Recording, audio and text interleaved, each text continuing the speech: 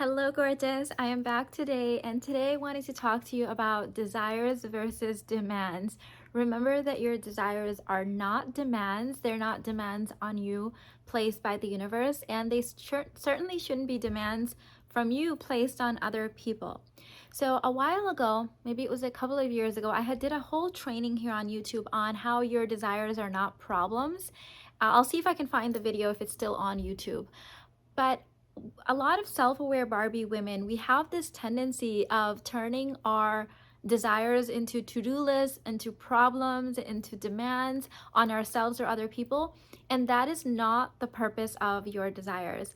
This morning I sent out a lovely email on how to let it be easy, and this couldn't be more truer when it comes to your desires. Your desires are little divine breadcrumbs. They're kind of like GPS locations for you to go into the next level of time space. So they're not supposed to be hard. They're not supposed to be difficult. They're not supposed to be demanding.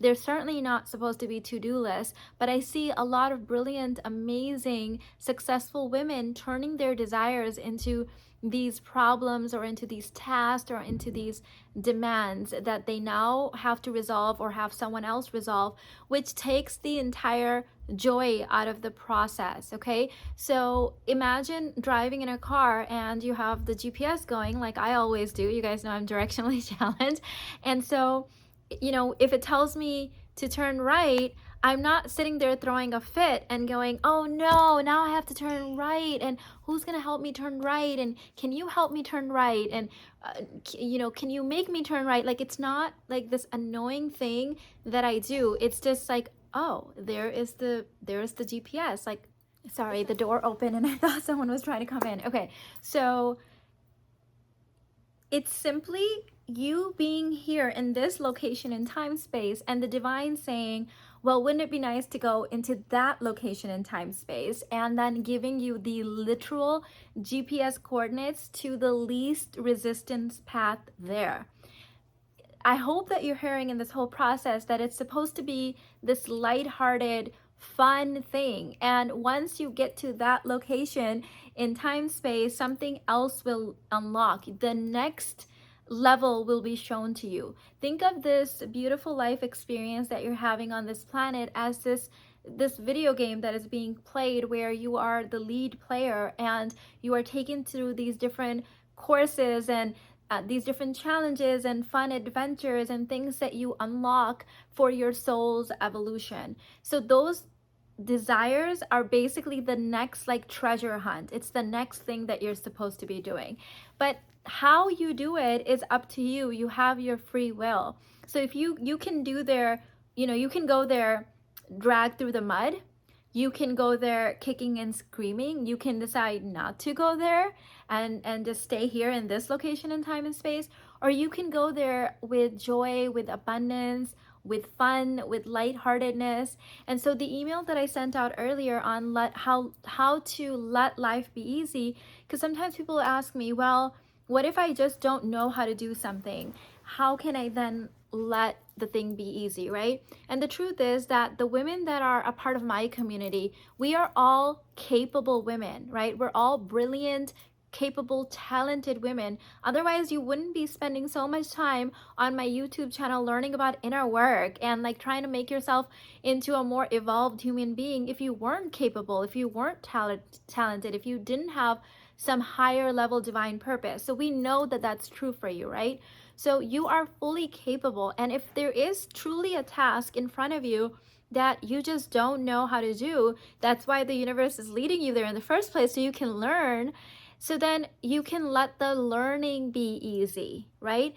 Learning can be tedious, learning can be annoying, learning can be hard work, learning can be efforting, or learning can be pleasureful. It can be fun, it can be enlightening, it can be awakening, it can be like deep downloads, right? You can make learning anything you decide to make it. That you have the free will to do.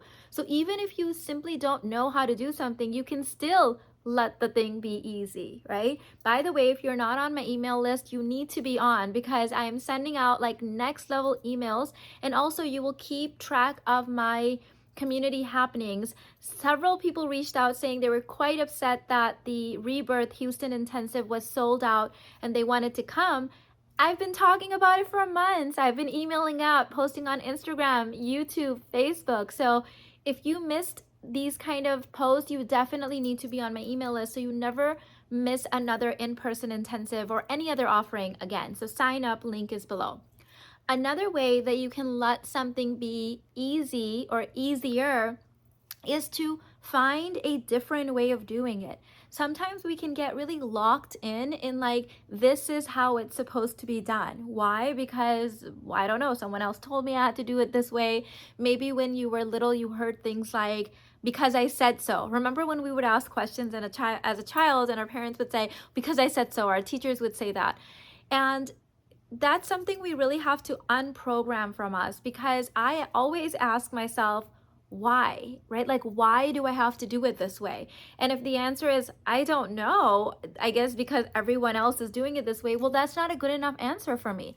So the next question is, how can I do this a different way that will be more fun, more aligned, less full of resistance? And sometimes the answer will come right away, and sometimes it might take me a few hours or a few days or even weeks or months. But the point is that I always find some other way of doing it where the thing is more aligned if I must do the thing in the first place anyways, right? So another way to let things be easy is to ask yourself, well, is there another way where if I tweak something, change this rule, didn't have to do it this way, I didn't have to do it at all, then would that make my life more fun and more pleasurable, right? Because why are we stuck in all of these old dogmas? Imagine, oh my God, I was gonna share the story in this other video I was thinking of doing. Let me share the story really quickly. I was going to put together this video for you about limiting beliefs that I almost passed down to my children, and it's going to be quite an embarrassing video, but let me share one of the examples I was saving for that video. So you guys know recently, last year actually, my son turned 18, my oldest one. And as he was approaching his 18th birthday, I had like all this stuff coming up inside of me, all of these limiting beliefs. This is new territory for us, right? Like we've never had an 18-year-old before. And so all of these things were coming up. And one of the things that kept coming up for me was, I remember Armand and all three of my kids actually saying at different various points in their life that we wanted to be entrepreneurs, that we're not going to have a 9-to-5. And I enjoyed it while they were saying it. But then now that Armand was turning 18 and he was starting his first business, stuff started coming up. And some of the things that came up were, well, if he never has a 9-to-5, he's never really going to know the value of hard work. I know, I'm really embarrassed that I was thinking that. Another one was, if he doesn't have a 9-to-5, he's never really going to know how hard it is to have to listen to other people in corporate, follow rules, be there at a certain schedule, like all of this stuff. And so I almost found myself wanting to convince him that, hey, maybe you should get a 9-to-5 first and then move to starting your own business. And then I realized that is so dumb, right? Like I was journaling on this for like weeks, and I didn't say any of this to him until afterwards when we were kind of like laughing about it. Because one of the things that came up in my journaling session was, that's like saying all of our kids have to learn how to play the VCR before they can learn how to use Alexa devices or online streaming services or Netflix. And as I was even journaling this, I burst out laughing, right? And I realized these limiting beliefs were coming from this place of like showing him like what I had to suffer through in a 9-to-5 to be able to create this, when what I teach is that you don't have to suffer, right? Like they're gonna have a whole different host of challenges or things that they have to learn, but they don't have to start from scratch. Like imagine if every new generation had to go back to the old generation and replay those modules or those video games or those life lessons to be able to evolve. That's like saying that the iPhone 14 can't be built on the platform of iPhone 13. It has to go back to like iPhone 11 and start all over again. How ridiculous is that, right? So I caught myself, and then I was sharing this entire story to my 12-year-old son, well, while we were driving, and I'm telling him, I'm like, oh my God, I can't believe I almost handed down these limiting beliefs to your brother. And I told him the whole story about the whole VCR thing, and he goes, Mom, what's a VCR? And I burst out laughing and I was like, there you go. I rest my case, right? So letting it be easy is also about knowing that we don't always have to go back and do things the old way, that we don't have to start all over again from like behind, that we can build on what's already there and then add on our own twist to it.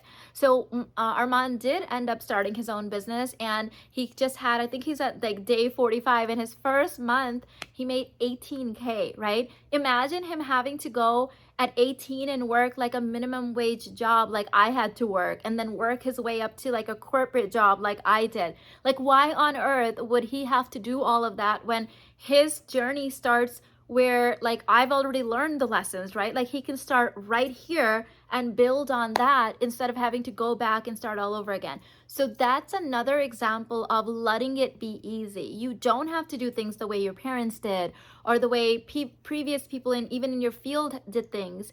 It's all about you getting to do it your way, aligned way, and then letting that process be easy. And here's some homework for you.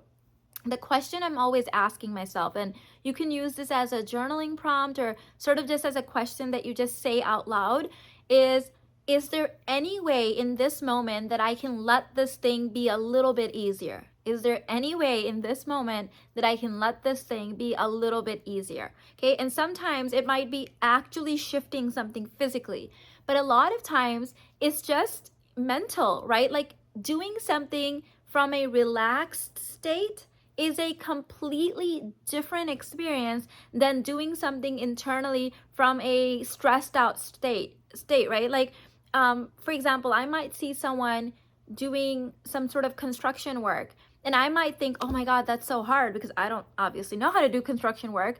But that person doing the job might be in a complete state of flow. They may have done that thing so many times and may be so masterful at it that they might just do it with extreme ease and grace. But me looking at them, projecting my own like lack of ability on that thing, may think, oh my God, they're working so hard, when they might be like, I can't believe I get to do this. Like, this is so fun, right? So it's an internal experience that only you know and you can experience. So you know whether you're making something really, really hard by having an experience of stress coming from inside your body, or if you're letting it be easy simply by shifting into a relaxed state while you're doing that thing. By the way, I'm doing a more in-depth training on this exact topic in my Burkett course in next week's live session. That course has already started. You can still sign up now and binge watch the other sessions and join us live. But make sure you are on my email list, because I'm going to be sending out all of these amazing emails and announcements. For example, we now have our accelerated university bundle program available. You guys know in 2022, I announced that the university bundle is getting a huge makeover, and now we have greatly reduced the price for people to be able to have access to it and completely revamped it. This is me letting the university bundle be even easier. And so that's available for you. Also, we have the Houston Intensive happening in 3 days, which is a completely sold out event, so you can't sign up. However, on the day of the event, I will be sending out another email. It's automated, so I'm not going to be actually writing that email on that day, but to announce my spring in-person intensive. So if you missed this one, you don't want to miss that one. Make sure you're on my email list. Also, the last thing I want to say is that WIFT 2023 is also sold out in the way that it was packaged. So we're not enrolling any new students for that. But I'm turning it into a digital only option without the group coaching aspect. And if you want to sign up for that, that email will also be going out shortly, either today or tomorrow. So make sure you look out for that email so you can sign up for the digital portion of WIFT 2023. that will be included in the university bundle. So just so you guys know, I love you. I will see you in the next one. Bye. Oh, leave below how you have been letting your life be easy or easier, and we can learn from each other and see what we're all doing. All right.